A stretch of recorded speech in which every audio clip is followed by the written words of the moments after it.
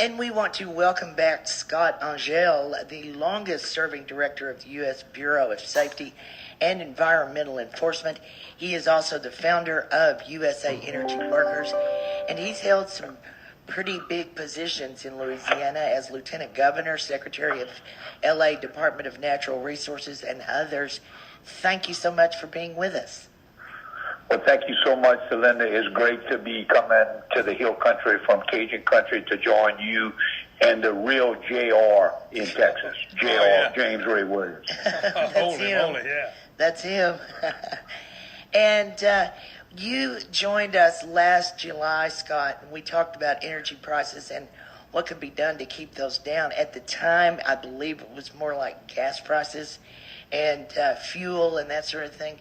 Now we're talking about energy prices across the board, and folks are, foregoing things in order to pay their heating bills, for example.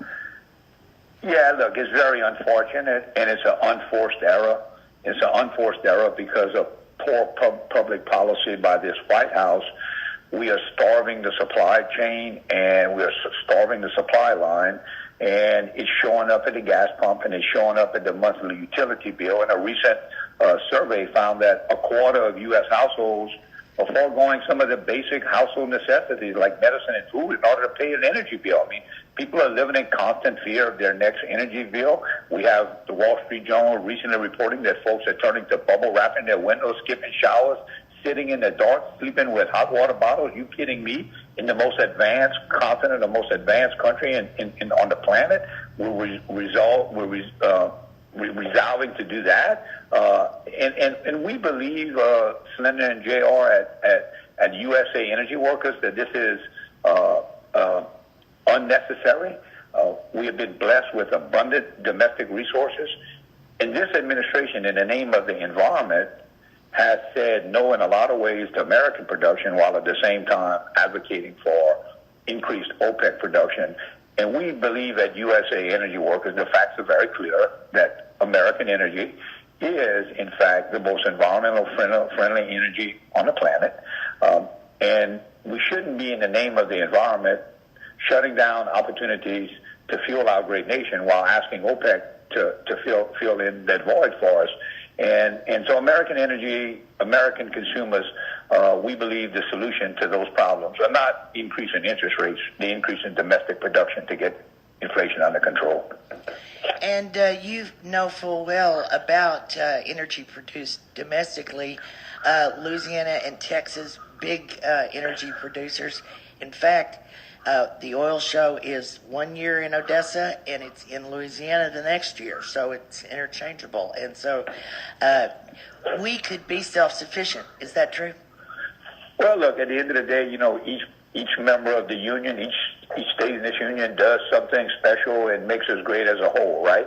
And certainly Texas and Louisiana have been a very proud member of the union and have done everything that they can to supply the energy to fuel our great nation.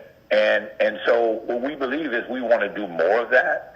We believe that we can help folks all across this nation by reducing pain at the pump and, again, lowering those monthly energy bills.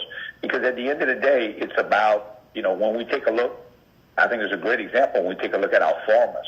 The American farmers are unbelievable. On the strength of our farmers, on the backs of their efforts, for a long, long time, we have fed the world. Our farmers are unbelievable. And what we believe at USA Energy Workers is that we need to take a page out of our farmers' playbook. In addition to just feeding the world, we have an opportunity to fuel the world with folks from Texas and Louisiana, Oklahoma, California, Colorado, Alabama, Mississippi, continue on as may be the case. But we believe, again, that the White House has a golden opportunity. Your listeners, as we try to educate listeners on this, your listeners need to know that for over 5 decades, between 13 different presidents of different parties, we have always embraced offshore energy as part of the valuable American energy portfolio. We have always done that. This is the first administration, and we've done that through what is called a 5-year leasing plan. We publish a 5-year leasing plan that has regularly scheduled lease sales. This is the first administration in the history 5-year leasing plan to lapse. And what does that mean? It means that we are slow walking the opportunity for American producers to access American resources to make American energy available for American consumers. In the meantime, people that sound like me and sound like you are having to pay more money, more pain at the pump. And, when you take a look at the inflation that we're having, this historic inflation, raising interest rates to slow down the economy and to maybe attempt to get inflation under control, we believe is misdirected. We've had 6 recessions from 1973 to 2019 in this country, and each one of them have been preceded by a spike in energy prices. The way to get inflation under control is to get energy prices under control, and the way to get energy prices under control is to make sure that we're doing everything we can here domestically. Instead of vilifying this industry, we ought to embrace this industry, and USA energy workers are ready to get off the bench and help America tame inflation and help our economy recover. So we're excited at U.S. Energy Workers, or I would say we're eager, I should say, is not excited, we're eager to help America. We've done it before, and folks all across the Permian Basin, folks in the Gulf of Mexico, folks all across so many states who, in this USA Energy Worker category, we're ready. We just need a White House that embraces us. And as I've said before, we sometimes the White House will come out and say, yeah, we want them to do this and we want them to do that, but it's short-lived. I mean, you heard the president during the, not to get political, but just to report the facts, you heard the president during the recent State of the Union address where he came out and said that, we were going to need oil for the next decade and beyond. But that's a move, that's a different statement than he had, say, a couple of years ago. I'm glad to hear him make that statement, but now what I need to see is policy actions that embrace that eureka moment. And we believe getting a 5-year lease plan for the Gulf of Mexico, and I would ask you listeners to just visit USAEnergyWorkers.com. We have, it's nonpartisan, factually based, opportunity to be educated on this. 1 in every 6 barrels of oil comes from the Gulf of Mexico. It's American-owned, American-produced, and we would ask you listeners to support their fellow energy workers by signing a petition. It takes 30 seconds to do it, and we're trying to build support for this 5-year plan, again, for the first time in the history of our country, was allowed to lapse.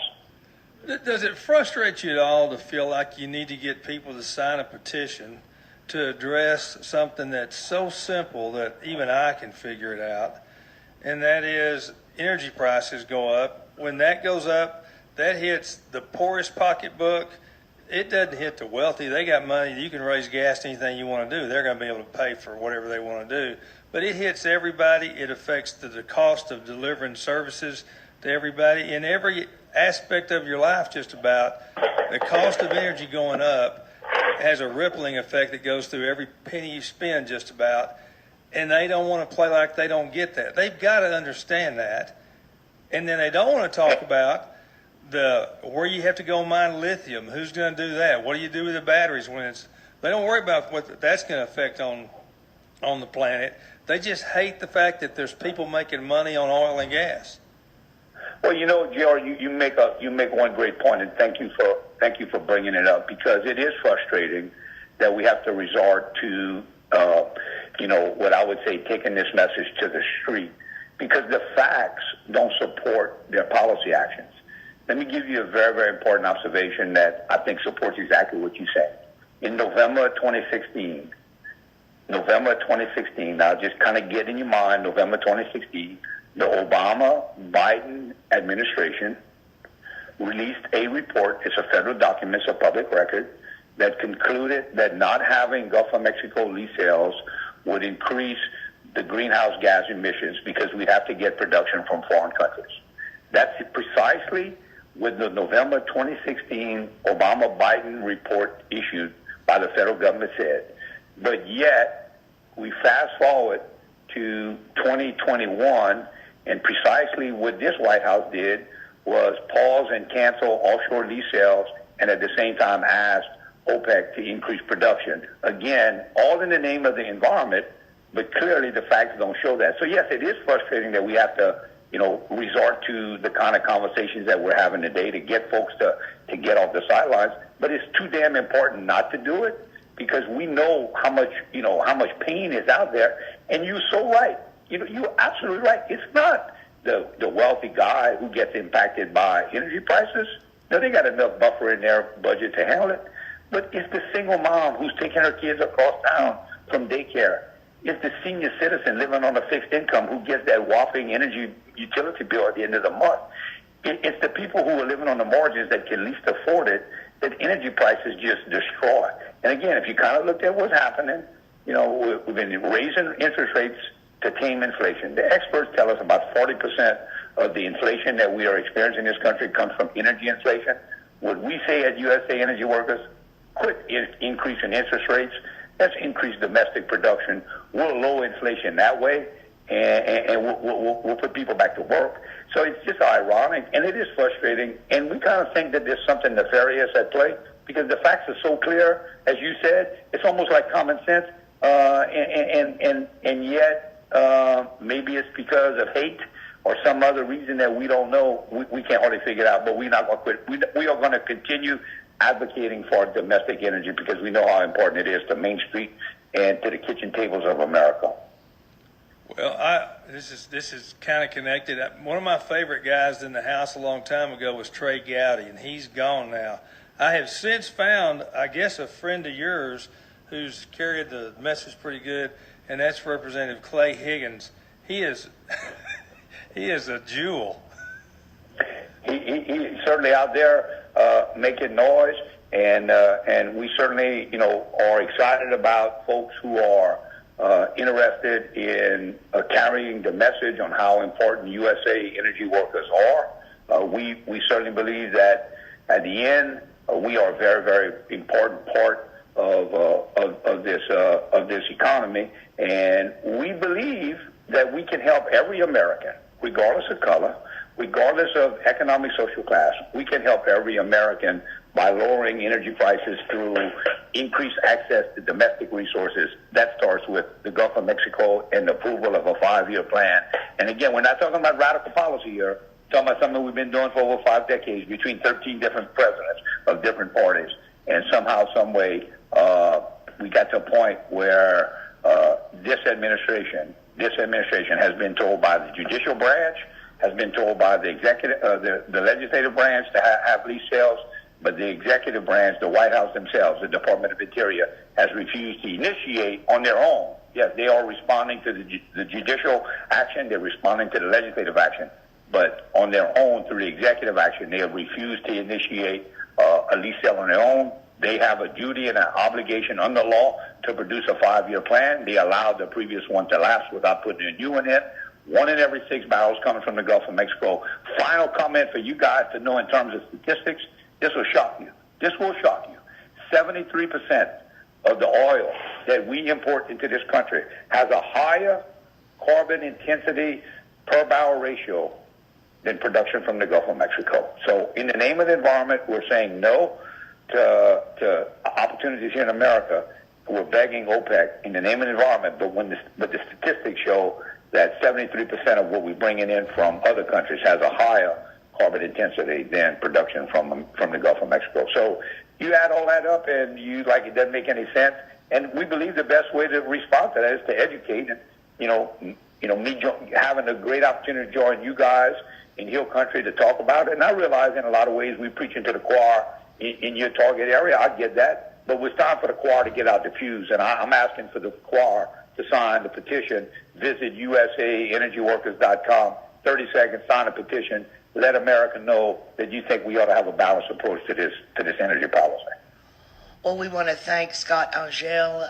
He is, once again, the longest-serving director of the U.S. Bureau of Safety and Environmental Enforcement and the founder of USA Energy Workers.